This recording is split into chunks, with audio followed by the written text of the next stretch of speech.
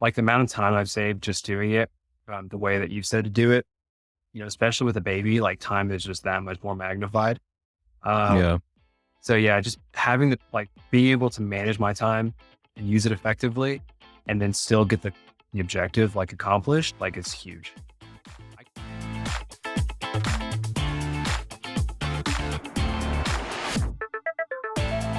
Welcome to episode 102 of the CPA Exam Experience podcast from SuperfastCPA.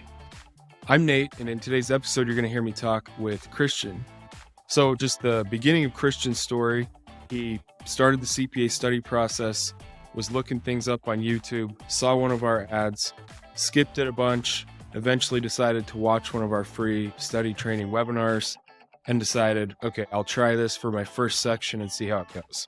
So we did that, passed it, and from there, he just finished his exams. So in this interview, you'll just hear him and I talk and go deep into the different study processes, the different strategies, and just what worked for him all the way through.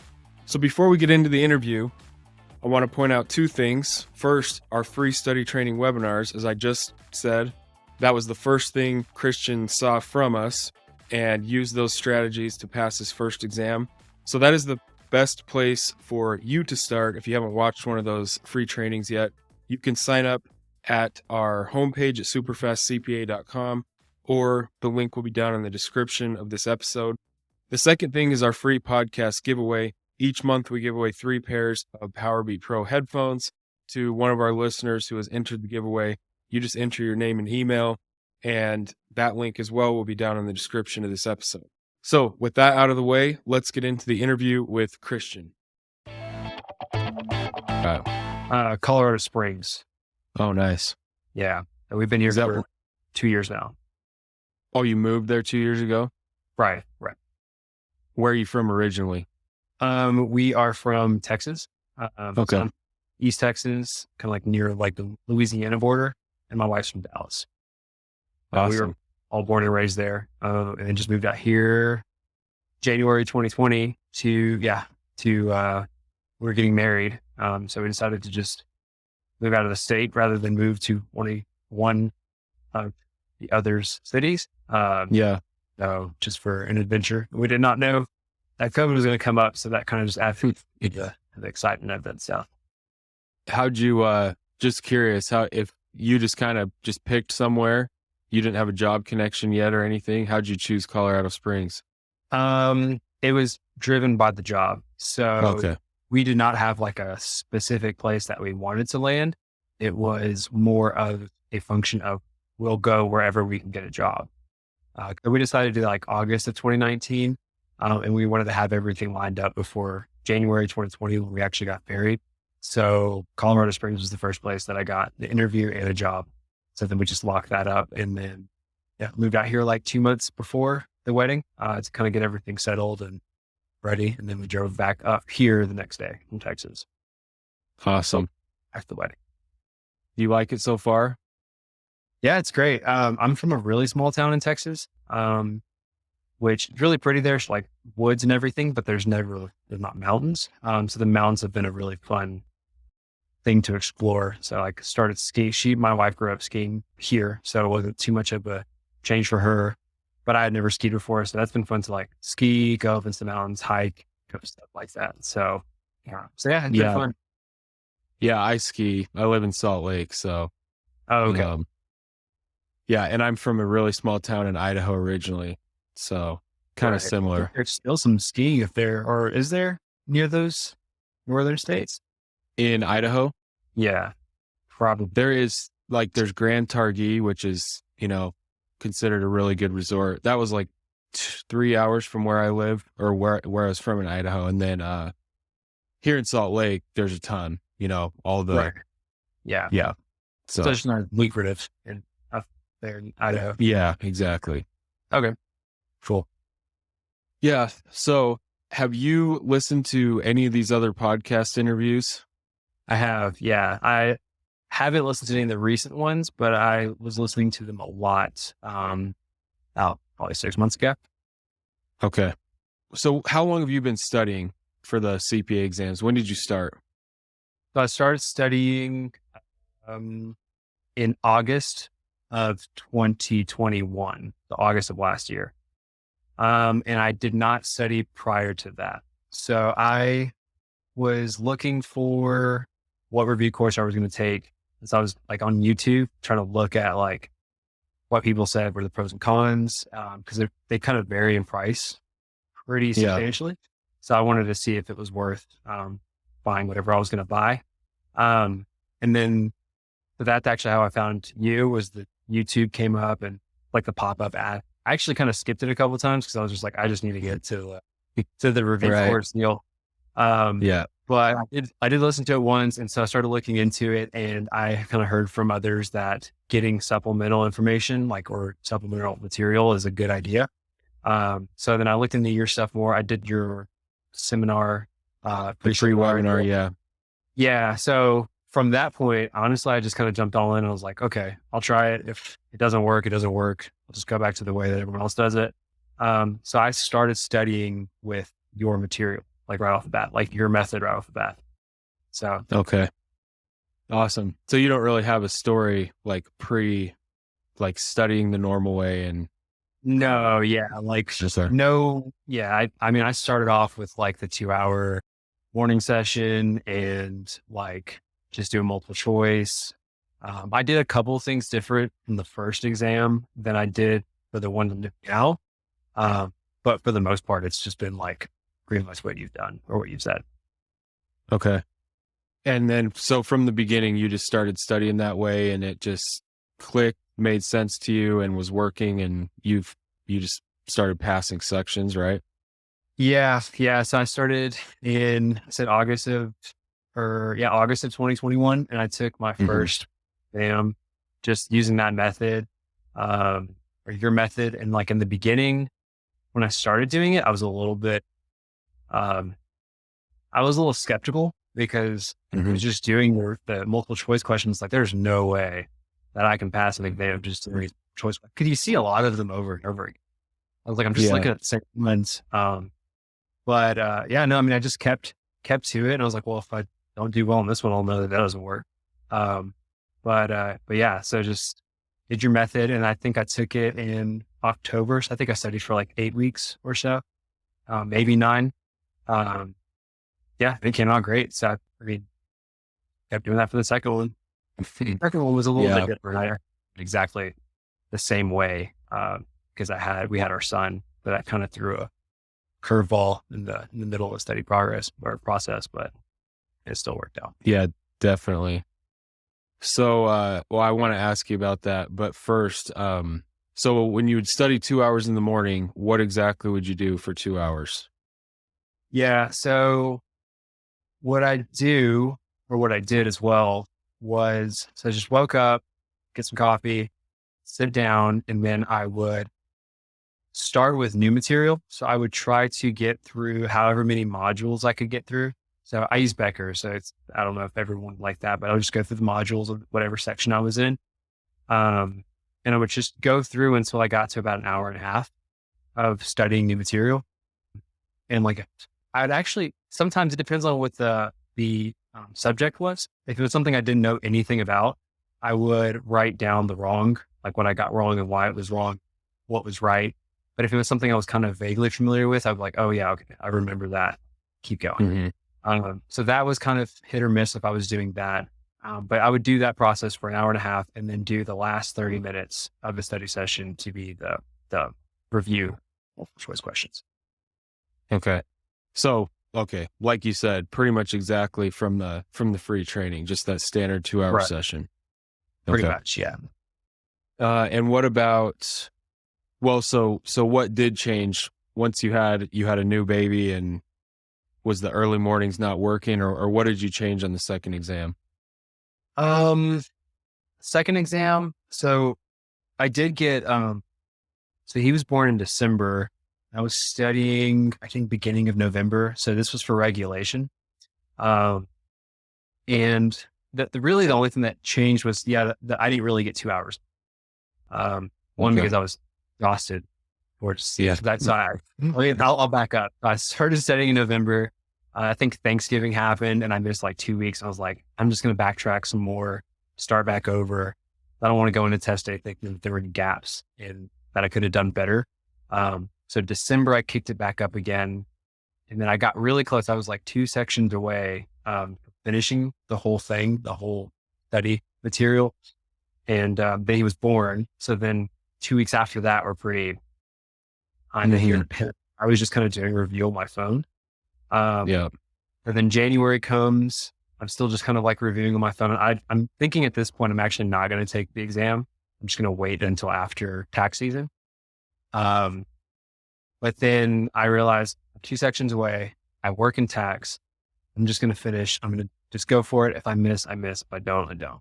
Or if I don't, great. So that's it. It kind of changed from like the standard 2 hours, don't miss a day. If you miss a day, don't miss 2, to like having some pretty substantial gaps with just small review, to taking the exam. So time shortened, gaps of not studying so consistently were there.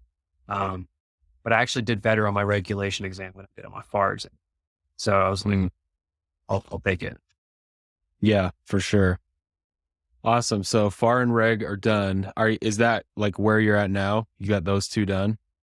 Yes, I'm taking audit Friday. So. Okay. Yeah. Okay. Like audit Friday, and then hopefully BUC by the end of next month. Awesome. Yeah. So, I mean, I always say having FAR done is like being 70% done, really, because if you can pass FAR, you know your process is working, and you've got the biggest one out of the way. So what about during the rest of your day? I know you said on here you used the study tools a lot. Do you use the app throughout the day, or just how'd you use our study tools along with Becker? Yeah. So the quizzes are the main thing that I use. Well, actually, that's not true. The actual review notes, I do bust those out when I'm having my morning routine, like the morning study session. So like if something is kind of like, I'm really not picking up, I'm missing a lot of questions, even though I'm just seeing the questions, I'll just kind of like read through the section and then just highlight, or make notes. If I'm missing something over and over again, I'll just make a note in there, because typically I'll go back through to when I'm reviewing for my tests and just read through like 2 or 3 times. Like to load the test. But the quizzes are still number 1. I use those like if I'm at work and something's taking a while to load up on my computer, just take out my phone, do the 5 questions, try to do 2 if I can. I'm going to the bathroom, walking across the office, sitting in my car, getting my oil change, like really like any kind of way I can kill 30 seconds, like so I use that the most. The review notes, the written review notes, I do those the second most. And then the audio notes, I'll put them on. I'm not like, I remember from some of the other podcasts, like some people like didn't listen to music for like 6 months. Yeah. I couldn't do that. I really tried to. Like, I just like, sometimes I'm like, I'm not going to listen anyway. So I might as well just listen to this like 10-minute drive home. But I do pop them on, especially all of that ramps up the week that I take the test, or the week before, really. That's when I'll start like really using the review notes, the audio ones as well. I ramp up the tests, like right before bed, I'll take like 3 of those 5 question tests. So I use them more towards the end, but in the beginning, it's like the audio is kind of here and there. But the other 2 things I do use a lot. So. Yeah. Yeah. And that, I mean, that's what I did. I studied from my phone a ton, and I just at the time didn't really have like optimal. I had like, I think Wiley had focus notes, but they were not made to be on a phone. So like you had to pinch and zoom to just see the full sentence. And so it was really annoying, but it also just, the idea makes sense. You have your phone with you all day. You can fit in another hour, 2 hours, maybe even 3 hours.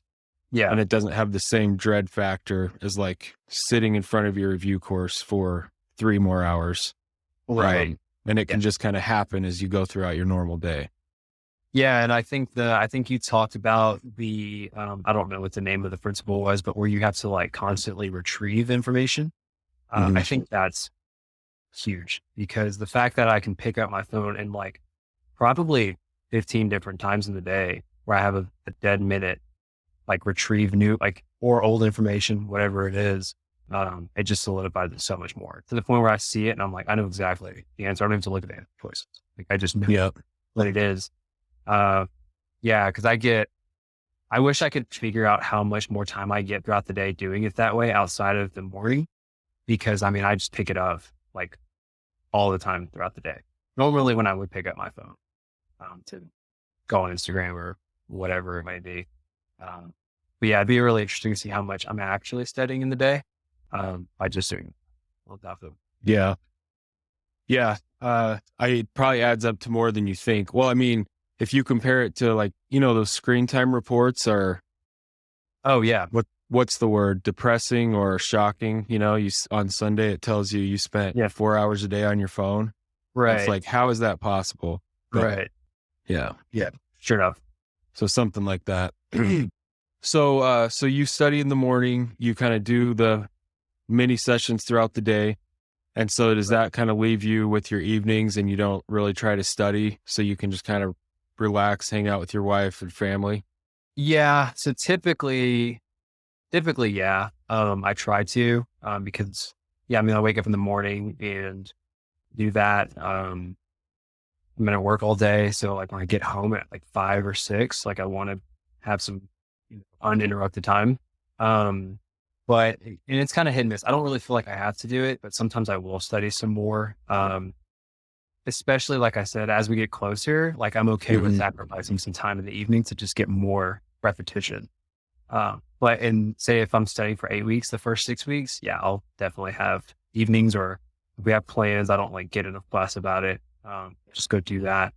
But, I mean, that's I kind of just play around with it depending on my comfortability level with how I feel coming into the test. Yeah. Yeah.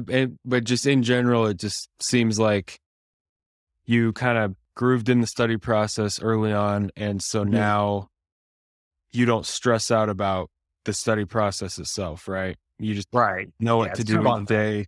Yeah. Yeah. Yeah.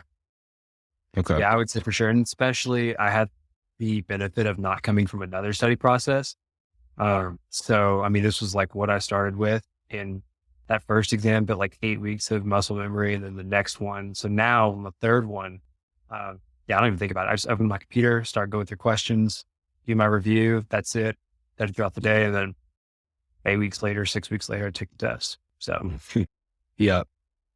No, and that's nice. I just think a lot of people out there studying, but they're also always just kind of thinking about like the process itself, or having some inclination that what they're doing may or may not be working. And so it's just the process itself is stressful, not even like the actual act of studying, Sure. Yeah. And I think like the second exam that I took, the reg exam, where, I mean, I could have probably been a lot more consistent with that, but I just wasn't. And so I did have some gaps in there.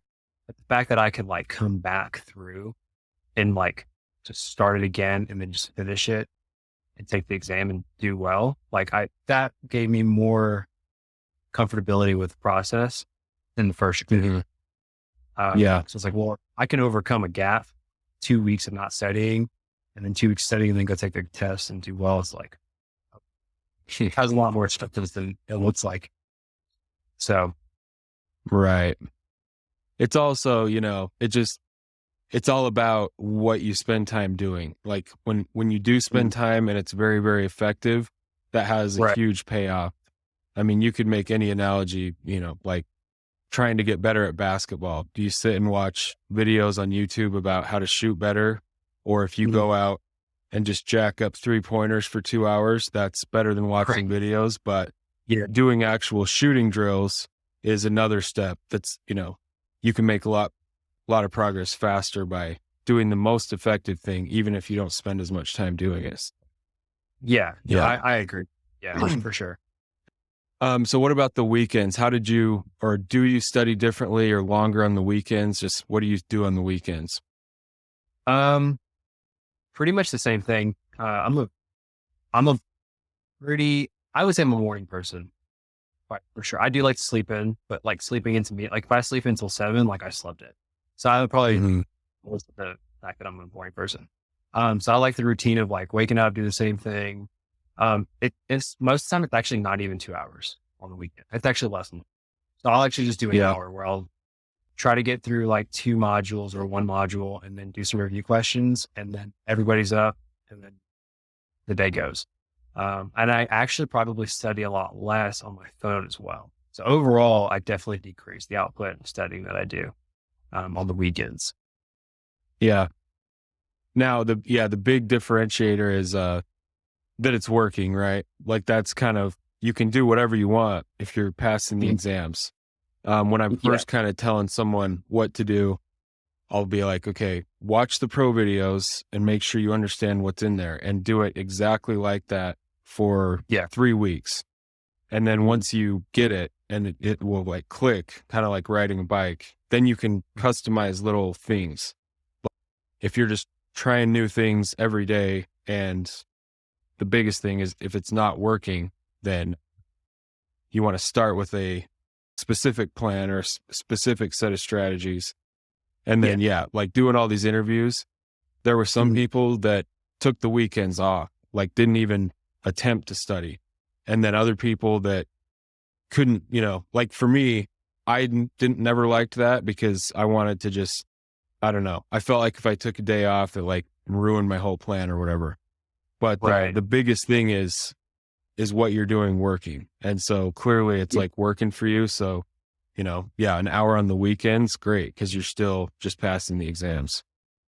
Yeah, for sure. And I think too, the thing that really helps, that it sounds kind of weird, like an hour on the weekend of like doing the multiple choice questions. But the further you get into the material and the more multiple choice questions you've done on whatever section you're on, like I can get through a set of 30 in the morning, like at this point now, a week out, and I'm taking maybe like, if I'm fully focused, I take like 12, 15 minutes. So I can actually bust out in 30 minutes, 2 sets, maybe 3 sets of questions. So you're just doing so much repetition, especially the quicker you're able to see the information, process it, and answer it. So, yeah. Yeah. And that makes perfect sense. I mean, in an hour, you're basically doing what most people, what the standard 2-hour session would contain. So, I mean, again, it's just huge benefits of those daily sets of 30. They just solve so many problems. You just get very fast and very familiar with MCQs, like the content, how to answer MCQs. I know what they're asking here, it just solves a lot of problems. Yeah. And I've still think about it, like, especially as I get closer to taking the exam, like I can't imagine going through the material and not seeing the stuff that I saw 4 weeks ago until like the week of the. Right. I mean, it blows my mind that like, that's actually a way that people do it or try to do it. I can't even imagine. Yeah. Trying to. When you point that out, it just does not make any sense, to like on FAR, there's literally 200 topics covered, 220, I think. Yeah. What about, do you have a system of notes or flashcards, putting things in your own words that you have struggled with, or how do you do that? So I feel like pretty much studying for 3 exams fully at this point. Now I'm just kind of like reviewing and hitting weaker areas on this last and this third one. I kind of done it 3 different ways. So there have been the foundational, like 2 hours, hour and a half in the morning, study consistently throughout the day. But as far as like my FAR exam, first time I ever did it, like I was making flashcards. I had a PDF, like a Word document that I was updating with stuff that was missing or like things that I constantly kept seeing. So I was doing that. And then I did have flashcards. I didn't make the PDF, like the running PDF, and then read it through. But I would make flashcards. And this time around for audit, I have not made a single flashcard. So it's kind of weird. And I'm interested to see if I get a better score, if I don't do as well, whatever the case might be with that. But now I feel like when I miss something, like I just read it, I'll write it down, and that's it. Right? And if I miss it again, it comes up again, then I'll obviously write it down again. If it's something I know that I'm like really not getting, then I'll just keep repeating it to myself. But I haven't done like flashcards with this third time. So Yeah. I definitely have had success with it. But that might just be like me being a little bit lazier on the third time. I don't know, but I just have to like make a flashcard, pull them out of my pocket and like read them. So Yeah. No, and it kind of goes back to that same idea. And many of these interviews, they've kind of described that same thing where they feel like they studied less and less as the sections went on, or like put in less and less effort, but they still just kept passing. And it just goes back to that. You're just getting very good at the study process itself, just very efficient. And you just kind of know what you're doing now. And like you said, it's a formality. Like every day, just you do the process. You have to do it each day. 6 or 8 weeks goes by, you take the exam, pass it, and that's just what it is because you know what you're doing. Yeah. No, I agree. And I think like another factor that might have played into that as well is I also like work in public. So I now work on both the tax and the audit side. So with the first time, like the bar exam, I mean, that's just a lot of information. And that was the first one. So I was taking just notes, flashcards, everything. With tax, I started to feel a little more comfortable. There were obviously some things that I had not really thought much about and hadn't really encountered. So the comfortability level just with the information itself and like the mindset of that type of accounting was already there. So I didn't feel the need to go that deep into it. And then with auditing, it's kind of been the same thing. Like a lot of times, like I'm reading questions and I'm like thinking back to like an engagement or a specific client or like a work paper. Like I can see the work paper in my head and like what we do and how we do it. So I think that's also played a factor in it as well. Just with the last two exams, me being a lot more comfortable with the topics. Yeah, that makes sense. So now you're basically in your final review or that for audit, right? You're in your last week. So how long do you leave for the review portion? And then what do you spend your days or your study time doing for a review? Yeah. So I don't really plan out like the last two exams. First one I planned out like 2 months in advance. The last two I've kind of just like 2 weeks out, just picked a date. I try to get a date a week away from when I know I'm going to finish all the new information. So I'll take a week. Anything more than a week, it's like, okay, I'm just going to be spinning my wheels doing more questions. I'd rather just go for it. So I would say a week. And then the process is usually like the day that I finish, I'll do my set of 30 to review, do my normal studying, however that day goes. And then the next day I will just do MCQs until I start getting worse scores because I'm not paying attention. Like I know that like as the score goes down, I'm like, okay, I'm just not like functioning high level right now. Yeah. So I'll just, and that usually is like an hour and a half. An hour and a half of like sets of 30 is like, that's my limit. Like I'm done. So I'll usually do that for a couple of days and then I'll do, I think you had said that to not waste your time with the simulated exams. But I like the feedback of like, if I score like a 70, it's like, okay, I'm really close. And I know that there's a gap, like a jump, on the real exam. And also I like to see the new material. So there's like in Becker, at least they put brand new material for like a whole. Yeah. So that makes that's sense. the main reason why I like it. So kind of get harder questions. That's the only time I'll do simulation is on the simulated exams. So also get some practice. Oh, wow. Simulations there are. So yeah, that's what I was going to ask next. Sorry, go ahead. No, that was it. It's barely just MCQ questions the whole way through until that last week. Yeah, that's awesome. I mean, you can make the argument that simulations are just a more elaborate form of MCQs. I mean, really, it's like a lot of the same content, and you just need to know how the structure of the sims work. Right. Yeah. And I agree. And I think that was the biggest thing that helped me with the sims. Cause like the first exam, like, well, I don't know what to expect. So like the sims are just this like elaborate thing that everyone's scared of and they don't, you read the things afterward, like the posts, and, yeah, the sims killed me. But when someone told me that, where I read that if you think of the Sims as just a bunch of MCQs or 6, 7, 10, however many there are, break them up as like, hey, this is a multiple choice question in and of itself. I just answer it that way. It doesn't make it seem so daunting. Yeah. The exhibits, that's a whole different thing of learning how to file through them and get your information. But in the moments where I was like, this is a lot, I'll just go back down to like each one's MCQ question. How do I answer it? Yeah, that's a good way of thinking of it.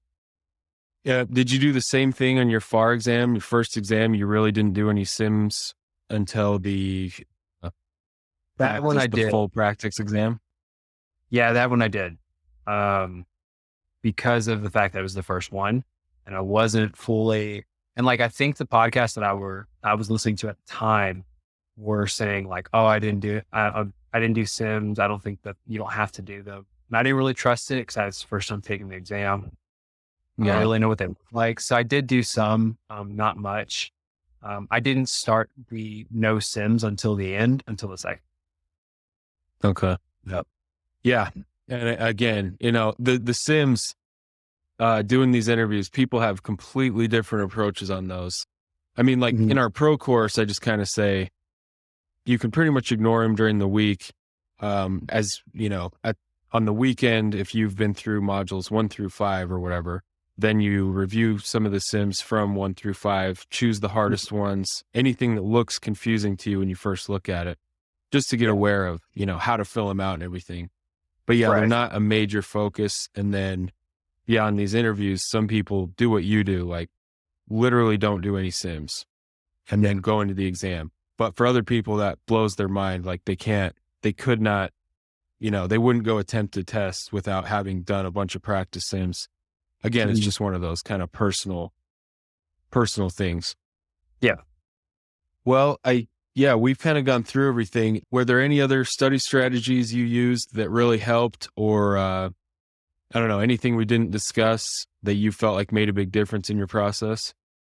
Gosh, I mean, the biggest thing is just the multiple choice questions. I mean, just like I said, you just do them until like you're numb and you can't even read them properly anymore. And that's for the day, like whatever that looks like for different people. That's the biggest thing. Like just the reviewing. I mean, just like if you're just doing the 30 review questions, I mean, that's huge. Like I've gone through modules where I scored like that first time around for like 50. I was thinking, like, I don't know. I'm just guessing. And the ones I'm getting right, I'm like, okay, that's reasonable. But it's the 30, the sets of 30 that you're doing that you're like, it just starts to feed into your mind. Like, okay, like I know this, I know this. As far as like different strategies, I really wish I had a lot more, but that's really like the bread and butter and the meat. Like it's just the multiple choice question. I think too, if you have experience in public and like you're working in public, that also helps. Because things aren't so foreign, you can figure that instances where you did something, or encountered it. But it's apart from those two things, that's pretty much it. I mean, I think it's a good thing that it's like relatively simple because, one of the things that I tell people that, I'll get people that email me that are really struggling and so I'll say, okay, what do you do in a day of studying? And they just have this like complicated process. They have a Excel worksheet where they're tracking like question by question what they missed and just things that take all this time that's not directly just practicing what you're going to be doing on exam day. And pretty much my general advice is I'm like, listen, you're honestly making this way harder than it needs to be. That's like your biggest problem. Like there's like 2 or 3 things that like really matter.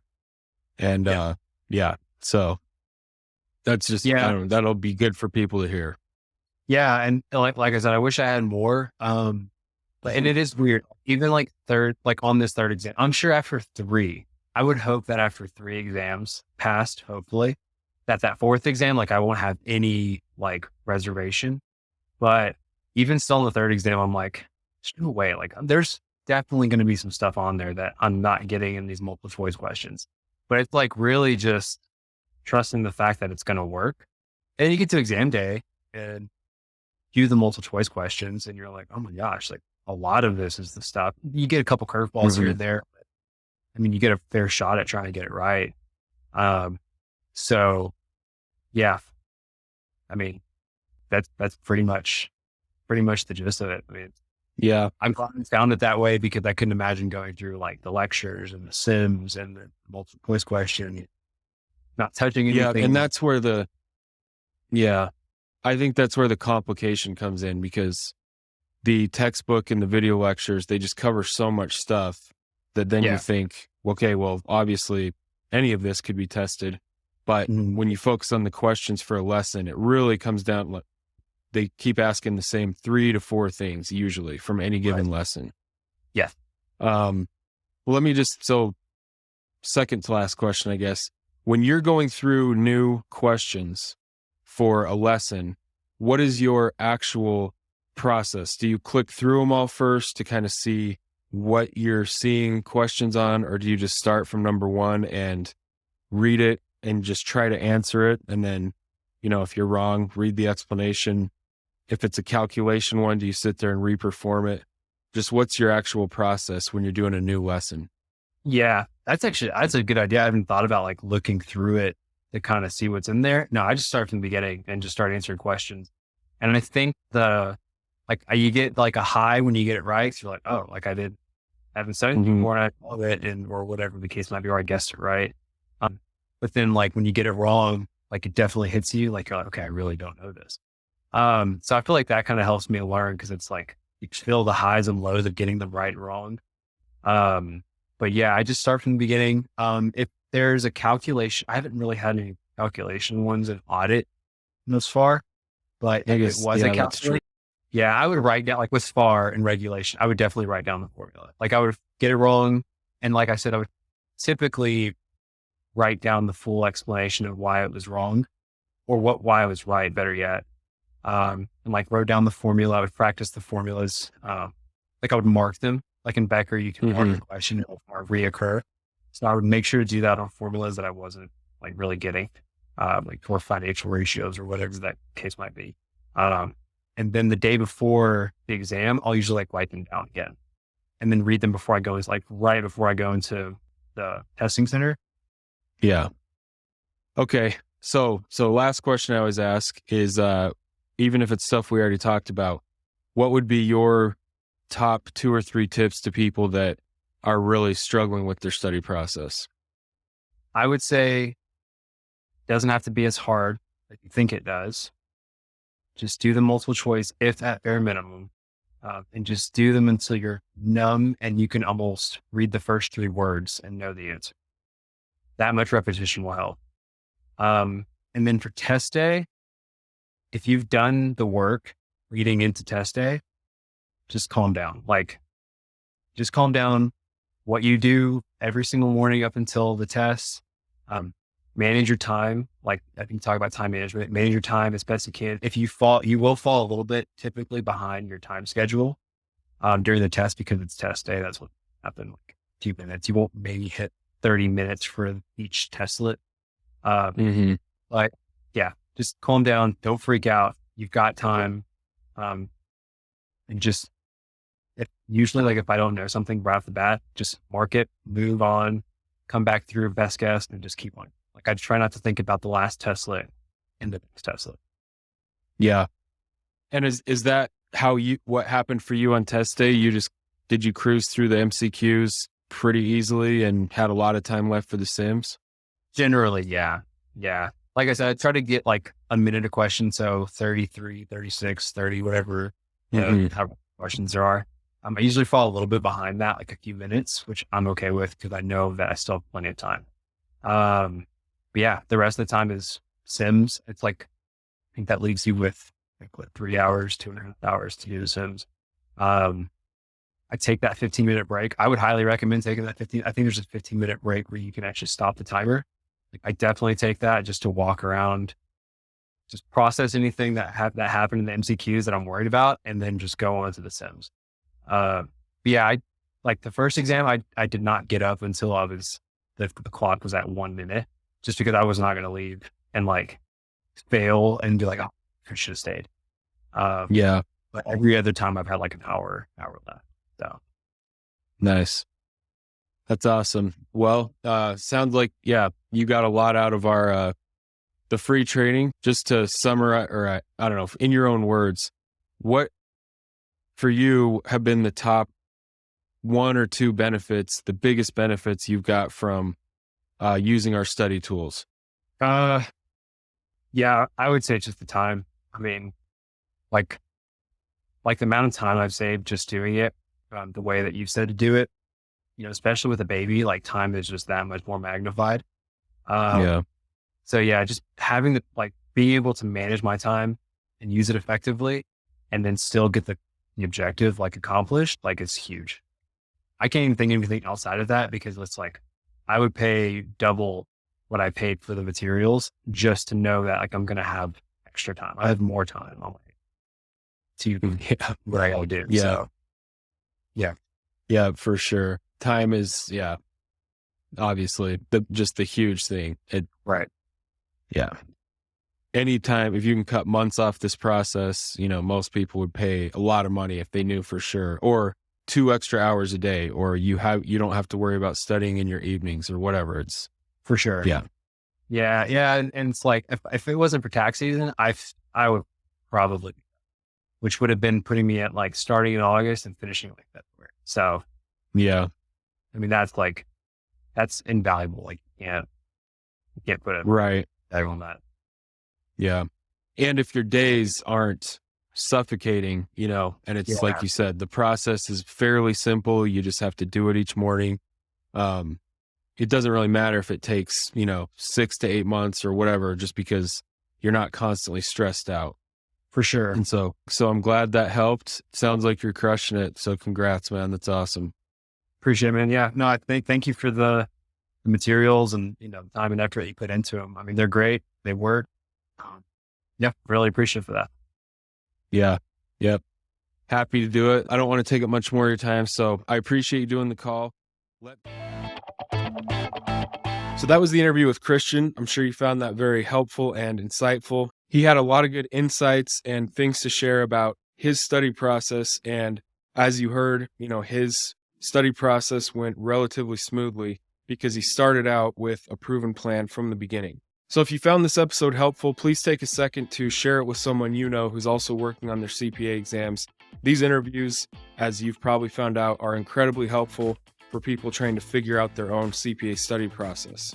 So thanks for watching, and we'll see you on the next episode.